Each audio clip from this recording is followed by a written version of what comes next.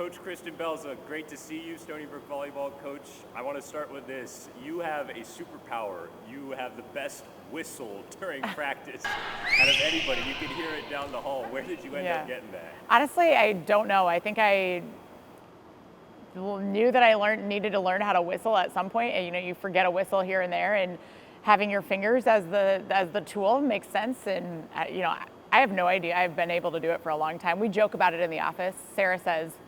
Our assistant coach, Sarah, says you have to have a whistle, like you have to be able to whistle with your fingers before you become a head coach. So she's actively practicing how to whistle with her fingers. But the prerequisite. I feel bad for everybody who works in this building because I'm sure when we're practicing it's annoying. But if you're watching at home, you can hear it all the way down the hall. It's pretty awesome. You guys scrimmaged on Saturday. How'd that go? What'd you think? Yeah, it was good to just kind of get in the gym and get as much of a game day environment as we possibly can. We're pretty limited in what we're allowed to do in the preseason. So getting a scrimmage against ourselves, obviously we threw the coaches in there for numbers and some of that. It's a good opportunity just to kind of get a feel for what a game day feels like with a PA announcer and the music and a little bit of a crowd in our jerseys before we hit the road this weekend and get to play somebody else. Coach Neef and Coach Bullock got in, as you mentioned. Were you impressed with the effort, the layout by them? By the coaches? Yes. Always impressed by the effort with the coaches. It's fun. They obviously play a good bit in practice as well, and sometimes we need just the bodies from a position standpoint. So getting them in the gym and they're always challenging. They kind of know our strengths and weaknesses, so it's fun to see them kind of pick on us a little bit. You get everybody on your team back from the spring, including Kiani Kerstetter, who's back for her fifth year. We'll touch on that in a second, but what have you seen from this group as far as their improvements from last season to this? Yeah, I think having everybody back is a huge difference maker. From our preseason's really short. Only having 2 weeks before we jump into playing is just not a lot of time. And you look at the basketballs, they get the summer and then they get a couple months in the fall before they jump into season. So just terminology and system and getting everybody on the same page is hard in a short period of time. And having everybody back has allowed us to kind of hit the ground running a little bit faster. Only having 3 newcomers, we've changed the way we do preseason a little bit, just starting a little slower and trying to teach early and then kind of go hard late. And I think that worked out really well for us this year, but we definitely came in at a higher level of understanding of who we are as a program and what we're about. And I think that made it easier for us to jump in and kind of roll quickly this year. How do you think the team has come along to learning the system and getting ready to execute it in the first week of games coming up now? I think we're hungry. I don't think the spring season went, obviously there were a lot of challenges with different lineups and some of that stuff. So everybody came in ready to roll and on the same page. I think that was the big thing. So not having to try to plug in new pieces and having a pretty good idea of who we have and what they're capable of is a huge advantage as a coach. You're not filling a big hole or something like that. We're really just trying to piece the people together in the right way.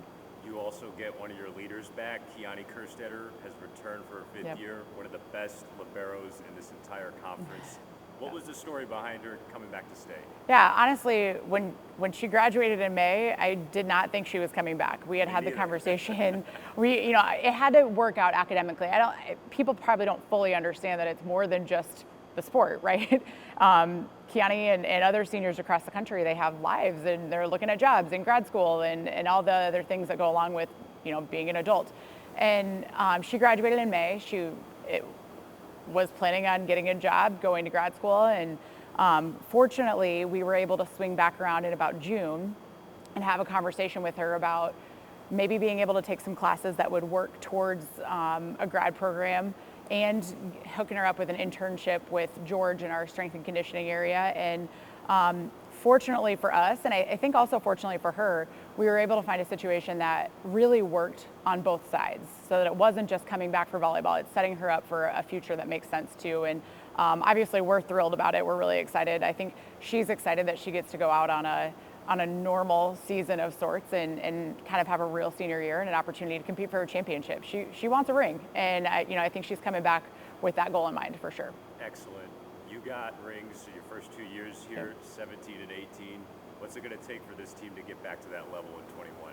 I think we've got the pieces to be able to do it. I honestly believe that. I think having the spring go the way it did, just in terms of record and wins and losses, I don't think there was a single match that we lost that we felt like we didn't have the ability to win. And We had a lot of those conversations about things that we can control and stepping up to the plate and, I don't know, being a little grittier and finding ways to win through those. And I think our group's going to have to put in the effort off the court on some of the IQ things, really focusing on the nutrition, the sleep, the mental health, all the things that we can do to be our best when we get on the court. But I also think that there's a compete aspect to it. We have a system and we know the technical things that we have to do, but kind of translating that to a find a way to win has been a big emphasis for us.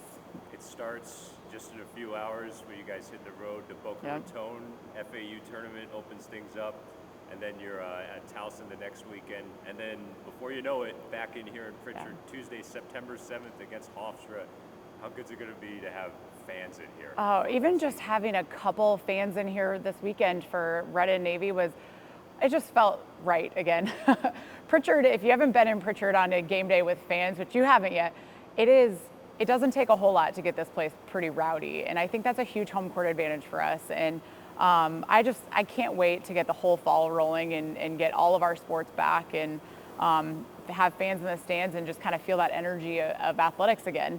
So obviously really excited to get started this weekend and kind of see where we're at and what we've got to get better at, but more excited than anything to get back home and get in front of our home crowd and have the opportunity to compete back in our home gym again. It's going to be awesome. Coach, safe travels. Thanks for your time today. Good luck. Yeah, thanks, Sam.